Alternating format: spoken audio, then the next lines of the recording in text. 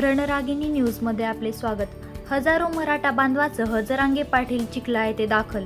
चिखला तालुका लोणार येथे छत्रपती शिवाजी महाराजांचा पुतळा उभा करण्यात आला असताना गावातील जातीवादी सरपंच आणि त्यांच्या विकृत लोकांनी स्मारकाला विरोध केला। हा पुतळा ट्रॅक्टरला लावून माळावर टाकू, नदीत फेकू अशा वल्गना करत या नराधमांनी शिवरायांच्या स्मारकाला हटवण्याचा नीच प्रयत्न केला। पुतळा वाचवण्यासाठी जिजाऊंच्या लेकींनी प्रतिकार केला तेव्हा या नराधमांनी महिलांचे कपडे फाडून त्यांना अमानुष मारहाण केली। या घटनेची माहिती मिळताच संघर्ष योद्धा मनोज जरांगे पाटील आज चिखला येथे दाखल झाले।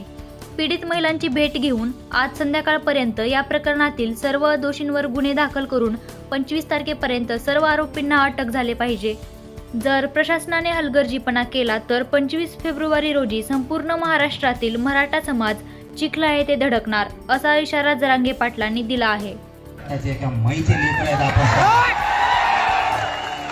तुमचं दुःख ते आमचं आहे, आमचं दुःख ते तुमचं आहे। आणि या मुलीनं महाराष्ट्रातल्या सगळ्या मुलींनी आदर्श घेतलाय असं लढायचं म्हणून। राजा वाचवायला आणि तुम्ही बाकीच्या पुढे गेलं तरी डबडे हो, मरायला घ्यायचं ना छत्रपती पुढं। अरे छत्रपती येतं आपलं जीवन आहे। इथं जागेवर जरी मूर्त्या पडले ना, घरात नाही बसायचं। विदर्भातल्या आणि या गावातल्या मराठ्यांना सांगतो, मूर्त्या पडला तरी छत्रपतीपेक्षा मोठा कोणी नाही।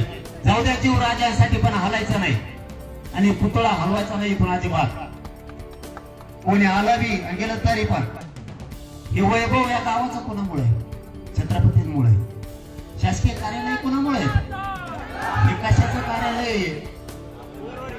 अंगणवाडी ही झाली छत्रपतींमुळे। छत्रपती नसते तर तुम्हाला बसा सुद्धा जागा नसते। इथं काय करतोय पुतळा? पुतळा कोणी हलू शकत नाही। आम्ही हलवा तुम्ही आता तुमचे बी पुतळे आहेत ना राज्यात, मग तुमचे चौक आहेत, मग खेळायचं का मग तसं तुम्हाला गुंडाला त्या?